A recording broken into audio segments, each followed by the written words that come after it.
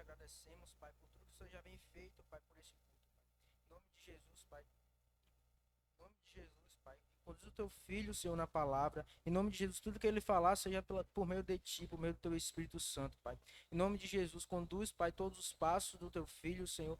Nós te apresentamos, Pai, este culto, te apresentamos cada adoração, Pai, que cada um realizou, Pai, e vai realizar, Pai, ao longo do culto, Pai. Cada um seja quebrantado pela tua palavra, Pai. Em nome de Jesus. Amém.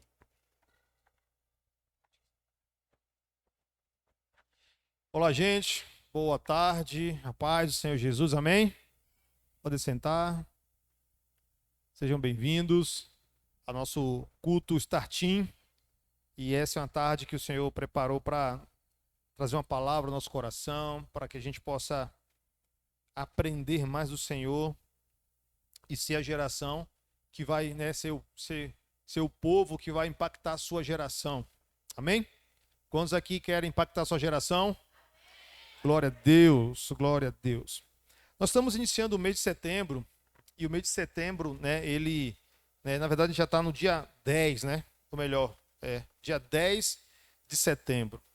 E esse mês é conhecido como o mês do combate, né, às doenças, né, psicológicas, como depressão e por aí vai.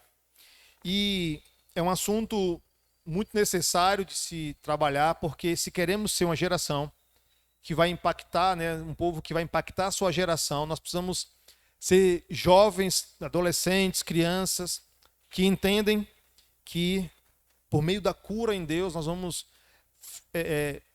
manifestar o Evangelho, amém? Então eu quero falar hoje um pouquinho sobre um assunto que todo mundo tem, medo. Todo mundo tem medo de alguma coisa, né? O medo, ele é um mal que paralisa a gente. Todas as pessoas na face da terra, né, ou pelo menos a maioria delas, possuem medo de alguma coisa. Elas são paralisadas por alguma coisa. Tem gente que tem medo, por exemplo, de altura. Tem gente que tem medo de escuro. Tem gente que tem medo de um animal. Tem gente que tem medo, né, enfim, diversas coisas que para uns parece algo tão simples, besta, mas para eles é algo tão, né, danoso, tão paralisador. É isso que o medo faz. Quando você se coloca diante dele, isso paralisa você, estaciona você. Isso te amedronta a ponto de travar você, né? Imagina você correr, tá na rua andando, de repente um pitbull aparece lá, né, latindo, furioso, e aí aquele medo, né, nos trava, ou pode startar um medo fisiológico, que é um medo que te livra, que te faz correr, que te faz se preservar daquela situação. Então, o medo... Só que o que a gente tem percebido é que no nosso tempo, a espécie, o tipo de medo que mais tem acometido a nossa geração é o medo emocional. Diga, medo emocional. É aquele medo que está na nossa mente, nosso pensamento. E diante das oportunidades, esse medo pode nos impedir de alcançar coisas em Deus, de conquistar, de prosperar, de nos relacionar, de viver. Porque quem tem medo de tudo não consegue viver, não desfruta da vida. Porque há sempre aquela trava, aquele impedimento para continuar. Então eu vou pedir para vocês, tá? Ficar bem atento, tá bom? Você vai falar assim para o seu colega assim, ó, amigo, ou amiga, ou meu brother, não sei como é que você chama ele, mas você vai falar assim, olha, não converse comigo agora. Presta atenção. Assim, Pulha, presta atenção. Porque Deus vai falar com você. Amém? Deus vai falar com você. Então, quem aqui gosta de jogo? Né? Jogar videogame, né? Ou um jogo de tabuleiro, ou um jogo, enfim, jogo é jogo, né? Uno, futebol, PlayStation, Xbox, FIFA, né? Né, Arthur? Arthur, meu pato. Brincadeira, Arthur é parceiro. E aí, ou seja, na maioria dos jogos, a gente tem aquela ideia de sempre recomeçar, né? Você perdeu, você pode recomeçar, sim ou não? Aqueles jogos, por exemplo, de videogame, né, que tem 3 vidas, né? O cara vai lá, erra, morre, aí aperta start lá, o botão que a máquina pede, aí o boneco volta e você continua de onde parou. Né? A gente consegue recomeçar, restartar o jogo. Não é assim? Ou numa partida de de baralho, por exemplo, lá você perdeu, vamos tentar de novo. Dominó, mesma coisa, a gente recomeça. Só que a nossa vida, ela não é como um jogo, que temos várias chances, várias possibilidades de recomeçar. A vida é um jogo de apenas uma chance, de apenas uma tentativa. E, na verdade, precisamos olhar para a vida não como uma tentativa, mas como algo assertivo, ou seja, vai dar certo. Amém? Diga assim, eu nasci para dar certo. Só que há muitas coisas, como num jogo, e eu vou trazer aqui a ideia de um jogo, por exemplo, de um videogame, onde o personagem precisa chegar até um determinado lugar para completar a fase. E a nossa vida tem várias fases. E às vezes, muitos inimigos se levantam contra você para impedir você de completar a fase que você está. Então a gente nasce como criança. E aí avançamos a fase até nos tornar adolescentes. Depois avançamos a fase até nos tornar jovens adultos e até depois, enfim, existem várias fases na nossa vida. Assim também é nos estudos. Começamos lá no primário, até a gente acessar a fase, né, do ginásio, depois do ensino médio, depois da faculdade. E aí sim, as fases vão aumentando. Só que em todos os momentos sempre vão existir dificuldades, empecilhos, para impedir você de passar de fase. Impedir você de ganhar a partida. E essas coisas se manifestam na figura do medo. O medo que paralisa. O medo de arriscar, o medo de errar, o medo de fazer uma amizade, o medo de dizer sim ou de dizer não. Existem diversos, centenas ou milhares de espécies de medo. Mas eles têm algo em comum, que é o quê? Diga assim comigo, o medo paralisa. O medo paralisa. O medo impede você de fazer o que tem que ser feito. E se você não faz o que tem que ser feito, você não passa de fase. Você não avança. Você não amadurece. Você não conquista. Só que a sua mente, diga assim, a minha mente, o nosso cérebro, ele tem a tendência de nos travar também, porque ele sempre pesa pro negativo, para te preservar. Então a gente pensa muito besteira, a gente pensa muitas coisas que não existem. Por exemplo, quem nunca em casa, né, viu, né, um vulto passar na porta, ou um monstro debaixo da cama? A gente começa a criar imagem. Você assiste lá o desenho, né? Assiste lá, né, o que não deve assistir, né? E aí fica a mente projetando ideias. Né? Pai, estou com medo escuro. Ó, eu durmo com a luz do banheiro acesa. Ó, deixa a luz do corredor acesa. E aí vai, né? Quando não é a luz do próprio quarto, né, Rodrigo? Que aí já é algo extremo. Não apaga a luz do quarto, não. Tem que ter um abajur do lado. Medo. Medo não deixa a pessoa descansar, dormir direito. Ela fica ali, né? Tem dia que vara à noite. Então o medo ele vem e tenta paralisar a gente. Então, como a sua vida, você só tem uma chance nesse jogo aí, tá? Diga, minha vida é um jogo de uma chance só. Você só tem uma chance. Só tem uma ficha. Só tem um bonequinho lá. Só tem um coraçãozinho, um life. E você precisa proteger isso, porque é muito precioso, né? Você não pode perder, irmãos, sabe, o cuidado com a sua vida. Embora vocês são muito novos, mas já possuem essa capacidade de gerir a sua vida em alguns aspectos. Na maioria deles são os pais, seus responsáveis. Mas o medo, ele se torna algo que é grande e nos faz se enxergar o quê? Pequenos. Olhem aqui para mim, hein? A palavra está aqui, daqui para lá. Não está lá, não está lá, não está lá atrás, não está assim. Está assim, ó. Ok? Então o medo faz você sentir pequeno. E aí quando você olha para o gigante, você não enfrenta, você não avança, você não vence. E aí a sua vida não passa de fase. Mas a Bíblia diz, em Romanos, no capítulo 8, no versículo 15, que nós recebemos algo. Nós, diga eu, recebi a coragem. Olha o que Paulo diz em Romanos 8,15. Pois vocês não receberam o Espírito que os torne, de novo, escravos medrosos, mas sim o Espírito de Deus, que os adotou como seus próprios filhos. E agora nós chamamos ele de Abba Pai. Olha o que Paulo está dizendo aqui, ó. Vocês não são medrosos, vocês não receberam o espírito de medo, vocês receberam o espírito de coragem. Não para ficar preso com medo das coisas, mas sim de gerar em você uma confiança.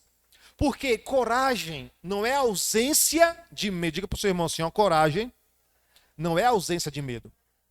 Então, ou seja, você não precisa deixar de sentir medo. O que você precisa entender que coragem é a presença da confiança. Diga, coragem é ter confiança. Eu me lembro que quando eu era assim, na idade de vocês, às vezes tinha aquelas situações na escola, né? Eu me lembro uma vez que eu estava no campinho perto da minha casa, que hoje é uma quadra, é um parque, era um campinho há anos atrás. E nós estávamos lá, pinando pipa, fazendo alguma coisa. E tinha um rapaz, um menino que morava ali próximo, e ele era meio assim, meio perturbadozinho e ficava arrumando pedra. Né? Sempre tem, né? Jogando pedra na gente, jogando pedra. Eu me lembro, agora eu estava de bicicleta, e eu estava baixando assim no guidão, e eu só vi o barulho da pedra batendo no guidão, assim, ó, pim, perto da minha cabeça.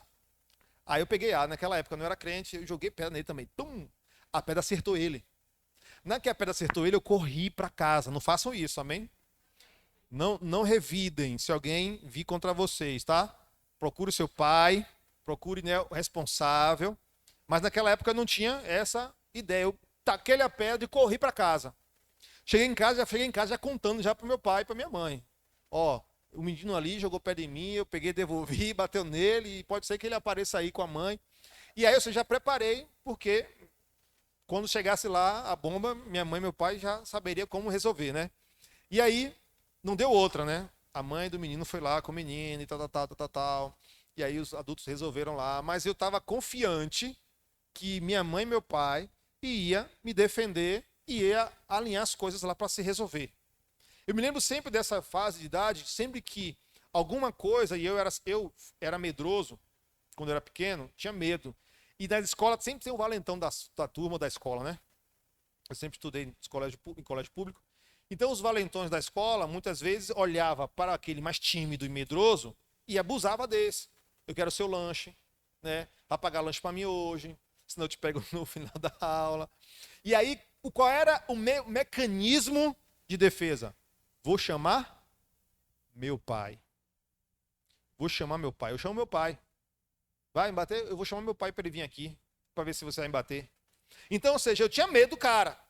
Porém, eu tinha confiança em alguém maior, que não iria me deixar, sabe, irmão, ser alvo dos abusos, desse medo de tentar me subjugar, sabe, e entregar aquilo que era meu. Imagina isso, levo meu lanche, o cara quer simplesmente que eu pegue meu lanche e dê para ele.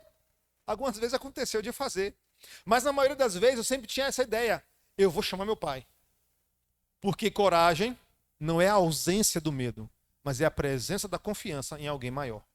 Então você pode sentir o medo em algumas situações, porém nós podemos dizer o quê? Abba, porque vocês não receberam o espírito de covardia, mas de coragem, de temor, de confiança.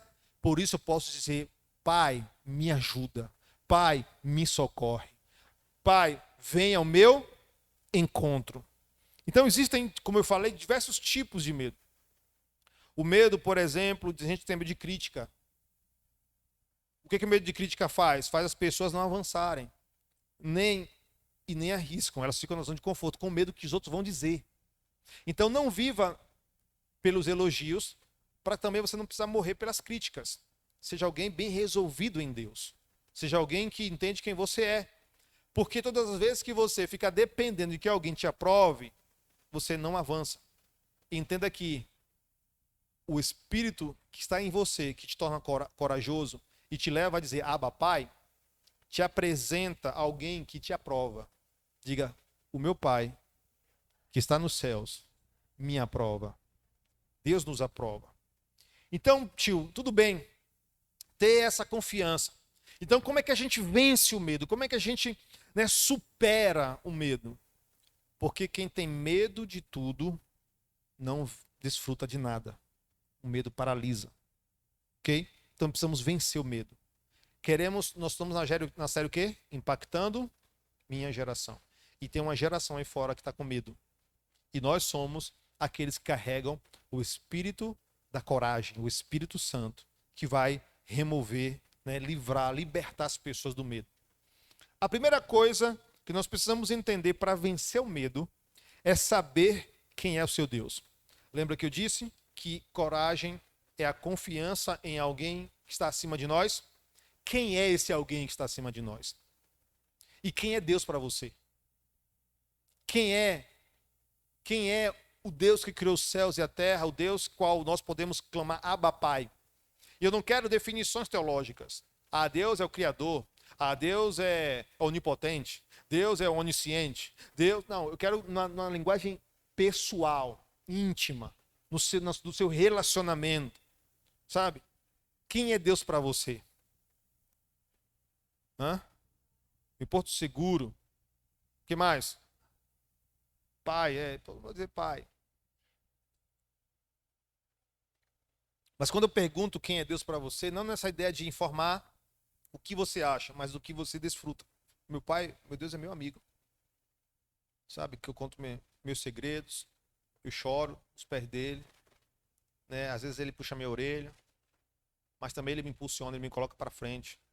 Eu encontro com ele de madrugada, a gente chora lá junto, ele fala comigo, eu falo com ele me dá sonho. Deus é meu provedor, aquele que cuida de mim, me abençoa em todas as coisas, sabe? Tem trabalhado o meu caráter, me aperfeiçoado dia após dia. Ou seja, eu não sei viver sem ele. E ele também já disse que não sabe viver sem mim, que não pode viver sem mim. E aí ele pegou e enviou seu filho mais velho para morrer no meu lugar, para que eu pudesse ser também incluído na família de Deus e ser chamado também por ele de filho. Esse é o meu Deus. Ele não é alguém distante, ele está perto. E deixa eu falar para vocês, ele está aqui agora.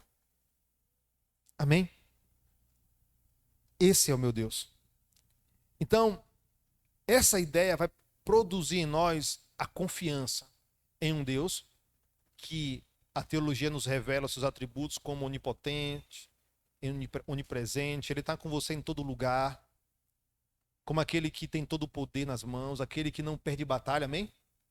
Então pode ser o inimigo que for, o gigante que for, se você chamar, pai, ó para aqui, o pai vem, irmão, furioso, à frente, despedaçando quem que vier contra você, porque ele nos ama.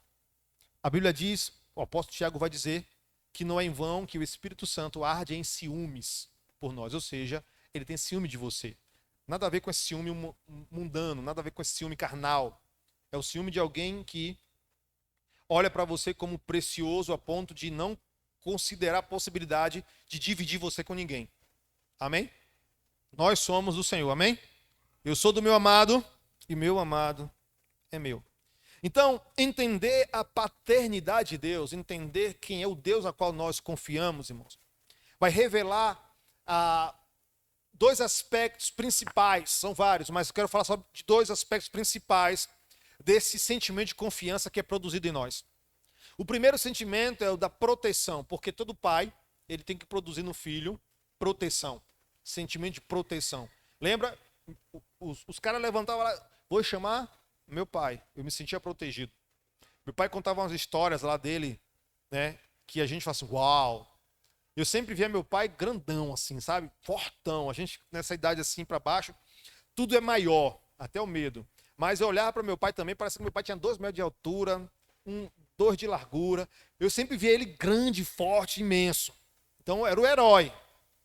E aí, eu sempre tinha essa visão. Então todo pai tem a missão de instalar em seus filhos o gatilho da proteção. É saber que existe alguém acima de você, pronto para te socorrer e ser o herói que você precisa.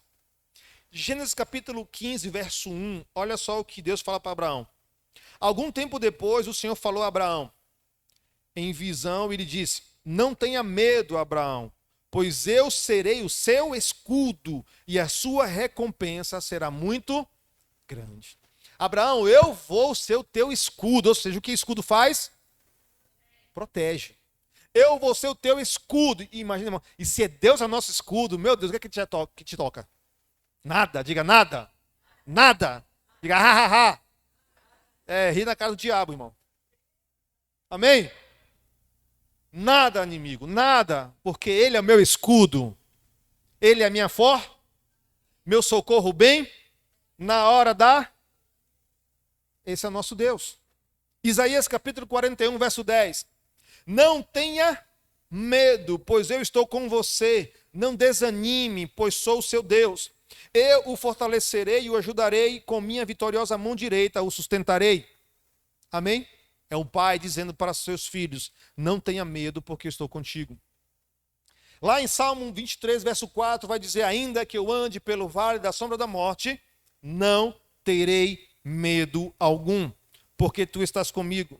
O teu bordão e o teu cajado me consolam. Então, todo o Pai, o nosso Deus, a quem nós cremos e conhecemos, Ele nos protege. É o primeiro ponto. O segundo ponto é que o Pai que protege é o Pai que ama. Porque o amor é a principal evidência do cuidado. Por exemplo, você tem lá um bichinho de estimação que você diz que ama ele. Tem lá um cachorrinho. Eu amo meu cachorrinho. Mas não bota uma ração, não bota uma água pro bichinho. Só lembra, né, de verão em verão. Que amor é esse? Que amor é esse, meu irmão? O amor só na hora que você está sem fazer nada, você fala, vem cá, Lulu. Né? Totó. Aí brinca ali com o Totó, depois pronto. Larga Totó lá e a mãe, fulano, vai botar comida para Totó. Botou água para Totó. Mas não, Totó, eu amo Totó. Como assim você ama se você não cuida? Porque o amor é a principal evidência desse cuidado. O cuidado, né, revela esse amor. E nós só nos sentimos protegidos porque nos sentimos amados. Se você, por exemplo, tem alguém responsável por você, mas que você não se sente amado, como a realidade de muitos lugares, muitos lares, onde até existem pais, por exemplo, mas não estão presentes, não cuidam, não amam, não revelam aquele amor. A criança não se sente protegida. Ela vai buscar conselho de todo mundo, menos de quem deveria. E a proteção, irmão, sentir-se protegido, nós só nos sentimos protegidos porque nos sentimos amados. E quando nós abraçamos, nos vestimos, nós desfrutamos do amor de Deus, então nós vamos, de fato, sentir o cuidado de Deus. Deixa eu falar para vocês uma coisa. Deus já nos amou com todo amor possível. Ok? Dentro de uma compreensão humana. Porque Ele amou. E lá em João, tem um fato bem interessante. Aqui João, ele é chamado de apóstolo do amor. Alguém sabe por que João é chamado de apóstolo do amor? Hã? Mas todo mundo é amado por Jesus. É isso. Lá no capítulo, lá no livro de João, quando ele vai descrever no momento em que Jesus ressuscita, ele fala que estava ele e Pedro, né? Ele não usa o seu nome. Ele fala assim, o discípulo que Jesus mais amava. Vocês acham que Deus ama alguém mais do que a outro? E por que João usa a ideia de que era o discípulo que Jesus mais amava? Porque o que dá a entender, olha só, presta atenção para vocês aprenderem. Porque dá a entender que alguma coisa na perspectiva de João fazia com que ele achasse que ele era mais amado que os outros. Porque ele vai dizer assim, o discípulo que Jesus mais amava. Será que houve algum momento, alguma conversa de pé de ouvido assim, que Jesus, João, vem cá, João, ó. Só para você aqui, ó. Você é o cara que eu amo mais. Mas não conta para ninguém, não. Ninguém precisa saber. Será que houve isso? Não, né? Por que não houve isso? Porque Jesus não faz acepção de pessoas. Será que João, ele era o mais querido porque ele se sentiu talvez o que mais servia? Porque em todo lugar que Jesus estava, João estava junto. João foi o único junto com as mulheres, que seguiu Jesus até Gólgota, até no momento da crucificação. Pedro negou, os outros fugiram, enfim, as ovelhas se dispersaram, mas João foi o único que foi até a crucificação. Será que foi por isso que João se sentiu mais amado? Sim ou não? Quem sabe, né? Mas eu vou explicar para vocês por que João fala isso. Imagina aqui comigo. Esse é o cálice do amor de Deus. Tá? Aí Deus pega o seu amor, falou assim, ó, e deu o seu amor para todos. Aí vem um, faz assim, ó.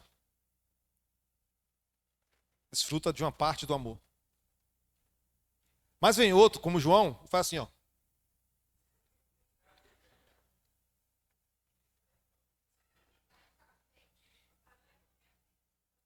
A questão não é quem é mais amado do que o outro, mas é que quem se sente mais amado do que o outro.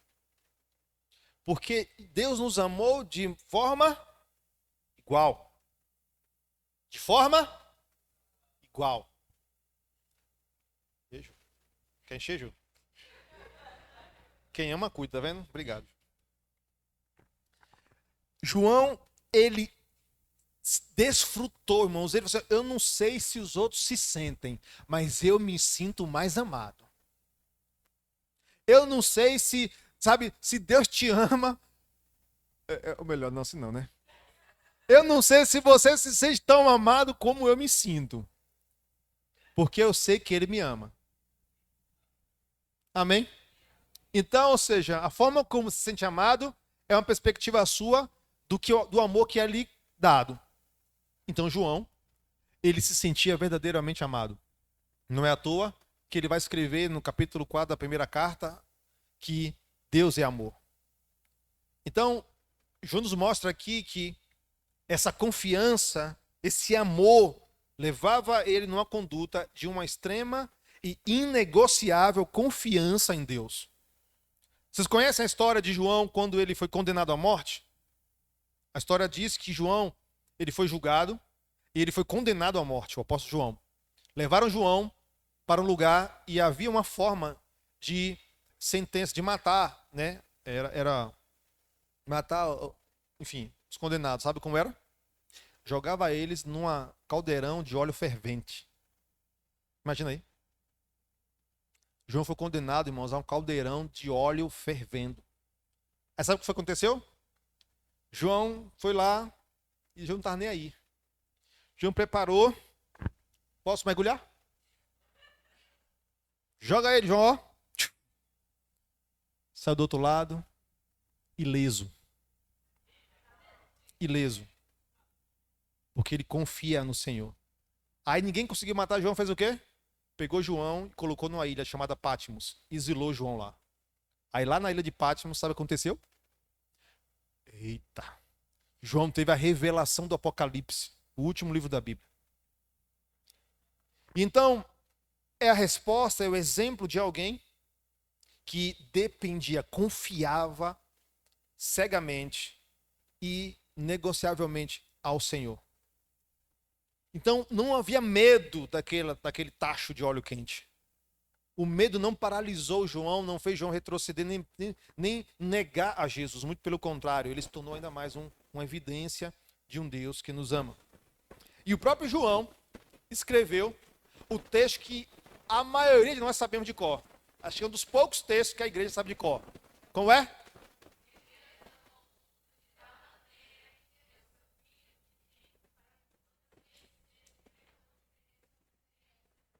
Todo mundo sabe esse versículo. É quase que é uma obrigação, né? João 3,16. Porque Deus amou o mundo de tal maneira. Então, o medo ele é tão sabotador que ele atinge diretamente a nossa identidade, pois ele faz com que a pessoa se concentre apenas nele, perdendo a oportunidade de se concentrar em si mesmo e no autoconhecimento. Então, quando a gente desfruta da paternidade do Senhor, que produz em nós esse amor e a proteção, o medo já não tem tanto poder sobre nós e então podemos avançar na sua superação. Então, o primeiro ponto é saber quem é Deus na sua vida. É um Deus que te ama e é um Deus que cuida de você. Ok? Diga que Deus me ama e Ele cuida de mim. É o primeiro passo para vencer o medo. O segundo passo para vencer o medo é entender quem você é. Porque toda vez que você entender quem Deus é na sua vida, você vai entender quem você é também. Amém? Quando estão comigo, diga amém. Vou falar assim com você. Tamo junto, vocês. Certo? Tamo junto! Para ver se estão ligados. Ficar focado, hein? Então, o medo pode te paralisar. Então, o segundo passo é saber quem você é. Bem, eu fiz a pergunta no primeiro ponto, eu vou fazer agora a pergunta do segundo ponto. Quem é você? Eu não quero aqui, não, eu sou fulano, não sei o que, não sei o que, não sei o que, escrito no RG e tal, moro no tal. Não é esse tipo de identidade que eu quero que você revele. Quem é você? Filha, filho de Deus, a imagem e semelhança do Criador. O que mais? Servo do Senhor, escolhido, amado, separado, princesa dos olhos do Senhor, livre, nação santa, geração eleita, sacerdócio real. Vocês são um povo, nós somos um povo de propriedade exclusiva de Deus. Somos profetas, ministros, somos, sabe, irmãos, servos do Deus Altíssimo. Somos o melhor de Deus nessa terra. Amém? Tamo junto? Somos o melhor de Deus nessa terra. Então, você não pode, irmão, se enxergar menor. Você não pode permitir, presta atenção, adolescentes, profetas, vocês não podem se render a nenhuma intimidação que os coloque para baixo. Pode vir de quem for. Ok? Porque na Bíblia, de Gênesis a Apocalipse, você não vai ver em nenhum momento Deus tratar você como você fosse insignificante. E olha que quem está falando é o Deus que é soberano. Ele chama você de forte. Ele chama você de filho. Ele chama você de mais que vencedor. Ele chama você de próspero. Ele chama você de, sabe, ministro. De sacerdote. Aí você pega e deixa que alguém venha dizer para você que você é o cocô do cavalo do bandido. Aí você se veste disso. Não deixe ninguém, não deixe, presta atenção, isso é sério. Vocês estão rindo, mas é sério. Que não deixe ninguém. Não estou dizendo para vocês rebater. Não, só não absorve isso. Ok? Diferente do cálice do amor, o cálice do medo, você nem toca. Você nem chega perto. Você deixa lá, isso não é para mim. Entende? Então, quem é você? Isso precisa ser claro dentro de você. Para que você não se perca. Então, há muitos momentos, por exemplo, eu vou usar um aqui, são vários, mas Gideão, alguém já ouviu falar desse nome? Gideão? Quando você casar e tiver um filho, pode chamar ele de Gideão. Gideão. A história conta lá no livro de Juízes que Gideão, junto com o seu povo, estava sendo atacados por vários inimigos que simplesmente entravam nas suas terras, roubavam, né, as suas plantações, queimavam suas cidades, destruíam aquilo que pertencia a eles. No caso, ao povo de Gideão. E tem um momento que Gideão está tão cansado disso, mas Gideão ele pega e se esconde, e ele pega parte da colheita que consegue, né, ali acumular e vai malhar esse trigo, né, tirar a palha e tal, preparar esse trigo para poder ser consumido, longe dos midianitas, longe dos inimigos. Então ele estava escondido, com medo de ser encontrado. Então aí é uma mistura de medo e coragem, né? Uma coragem fisiológica também, de se preservar. Não, se eu não for lá, guardar um pouquinho da comida, a gente vai morrer de fome. Só que aí Deus encontra Gideão. Olha para mim. Deus encontra Gideão lá, fazendo isso. Aí Deus fala assim para Gideão: Gideão, homem valoroso. E aí?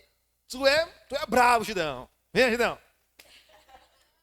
Tipo assim, eu tô parafraseando aqui na linguagem de hoje, tá bom? Deus chega no cenário onde Gideão tá ali triste, com medo, e Deus fala com Gideão como se Gideão fosse o cara. Gideão, homem valoroso. Aí Gideão faz o quê? Mas Senhor, cadê o Senhor? Aonde o Senhor estava? Eu vi tantas histórias, nossos antepassados contaram tantas histórias sobre o Senhor. E onde que o Senhor estava aqui? Aí Deus fala com Gideão, vai nessa tua força, Gideão. Aí Gideão, Senhor, mas eu sou o menor da minha casa, a minha casa. O quê?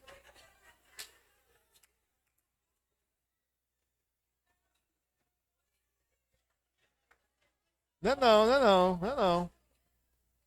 Não é não. Pipe, os menores serão os maiores. Toma posse. Eu sou o mais baixo, o menor da minha casa. A minha casa é a menor das tribos de Israel. E a minha tribo é a menor. A minha casa é a menor da minha tribo e a minha tribo é a menor das tribos. Ou seja, eu sou o cocô do cavalo do bandido. Eu não sou esse cara que o senhor está dizendo. Eu acho que é outro Gideão que o senhor veio procurar e me encontrou aqui. Eu me chamo Gideão, mas acho que não é esse Gideão que o senhor está chamando, não. Forte, valoroso. Aí Deus continua. Eu vou te usar para libertar o meu povo. Eu vou te usar para livrar o meu povo. E Gideão continua o quê? Se vendo o quê? Menor, pequeno. Mas qual era a imagem que Gideão estava carregando? A que Deus estava apresentando ou que o medo impôs sobre ele? Pois é. Então é por isso que nós precisamos saber quem nós somos. Você é o que a Bíblia diz que você é? Ou você é o que o mundo diz que você é? E a gente não pode dar espaço para que essas versões, vamos dizer assim, elas tentem, por exemplo, na igreja eu sou o que a Bíblia diz que eu sou. Ah, mas no colégio eu sou o que o mundo diz que eu sou. Não, aonde quer que você esteja. Porque a sua melhor versão não é aquela que o mundo acha, mas é aquela que Deus tem certeza. Essa é a sua melhor versão e única a ser sustentada. Você vai sentir a aflição, você vai sentir o medo, o perigo, mas você vai dizer assim, olha, eu sei em quem eu tenho crido. E ele há de se levantar ao meu, porque eu sei quem ele é e eu sei quem eu sou para ele. Você é filho amado, em quem Deus tem muita alegria. Então, você é o melhor de Deus. Então precisamos ter coragem de ser quem Deus te chamou para ser. Seu esforço não deve ser o de ser o que as pessoas querem que você seja, e sim o que Deus te criou para ser. Identidade é o processo de transformação, onde o resultado é irreversível. Então, quando você entende quem você é, não tem mais como voltar atrás. Amém? Não baixa mais a cabeça. Minha postura era assim, ó.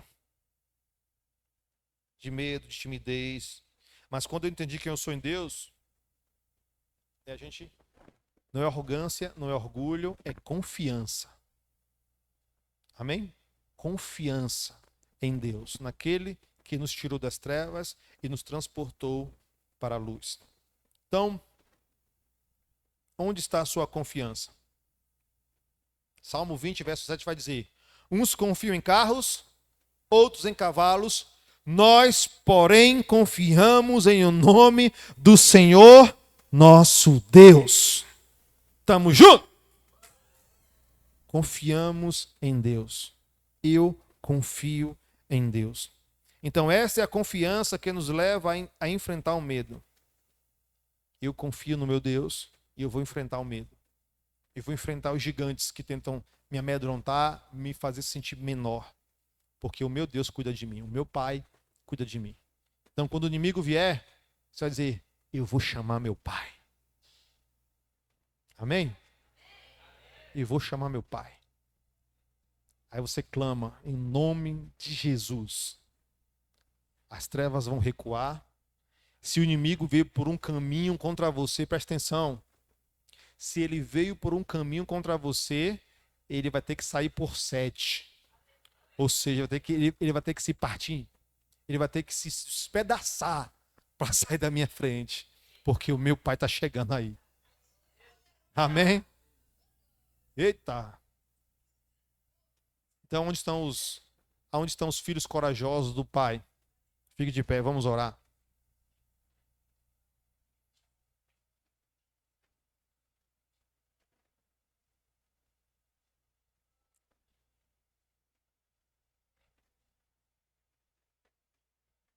Então, para impactar a minha geração, presta atenção aqui para mim. Para impactar a minha geração, nós precisamos mais de coragem do que de conhecimento. Precisamos de coragem. E coragem é o quê? Confiança em alguém que está acima. Alguém sabe o que é que faz uma águia voar? A fé? O vento, as asas? A coragem. A coragem faz a águia voar. Imagina, a águia nasceu, nunca voou na vida. Ela vai crescendo, chega um momento, a mãe empurra pro galho, vai, agora é hora de voar. E aí ela só tem que fazer o quê? E pular e voar. Ela nunca voou antes, ela não entra na escola. Escola das águias voadoras. Ela não vai para uma escola lá para passar por uma instrução para voar, não. Ela já vai para o galho, né? Ela já vai para o galho lá, se prepara, estica as asas, sente o vento e faz o quê? Pula e voa. Então é a coragem. Coragem é o que faz a águia voar. Eu quero chamar o pessoal do louvor, podem vir aqui. Nós vamos estar orando. Eu quero orar por vocês, que o Senhor possa nos batizar com o seu espírito de coragem. Porque vocês não receberam o espírito que os torne novamente escravos medrosos. Mas vocês receberam o espírito no qual podemos clamar, Abba, Pai. Amém? Feche seus olhos. Senhor, nós estamos aqui nessa tarde, gratos pelo teu amor, gratos, Senhor Deus, porque nos sentimos guardados, protegidos em ti. Estamos aqui nessa tarde para dizer, Senhor, nos ensina a andar em confiança, que os nossos olhos não se desviem de ti em momento algum, que nenhuma outra circunstância, Senhor, tenha o poder de nos atrair, que o medo não nos atraia, Deus, como os teus olhos nos atraem. Porque nossos olhos estarão sempre fixos no Senhor. Nos dá, Senhor Deus, o teu Espírito Santo. Que essa geração que está começando, essa geração que está aqui nessa tarde, Senhor, possa entender aquilo que foi ministrado nos seus corações. Que ao sair daqui, Pai, essa palavra continue, ó Deus, fluindo do seu interior. Para que eles vivam, Pai, um novo tempo. Para que eles sejam de fato, Senhor Deus, o povo que vai impactar essa geração. Jovens, adolescentes, crianças que vão fazer diferença no seu tempo. Que eles não sejam movidos pelo medo, nem paralisados por eles, mas que eles sejam corajosos, firmes no Senhor. Eu declaro sobre a vida de cada um, Pai, a bênção do Senhor. Em nome de Jesus, que o teu amor possa invadir os seus corações, que eles se sintam amados e, consequentemente, protegidos, guardados em ti. Que a coragem do Espírito flua do seu interior, com ousadia, com intrepidez, com sabedoria, servindo e fazendo diferença nesse tempo. Assim eu te agradeço, Pai, por essa tarde, te agradeço, Deus, por estas vidas, e eu profetizo que o medo não vai mais paralisá-los. Eu profetizo, Senhor Deus, que eles viverão para desfrutar do melhor desta vida, Senhor, qual o Senhor os abençoou. Não vamos gastar ela, Senhor Deus, escondidos nas cavernas,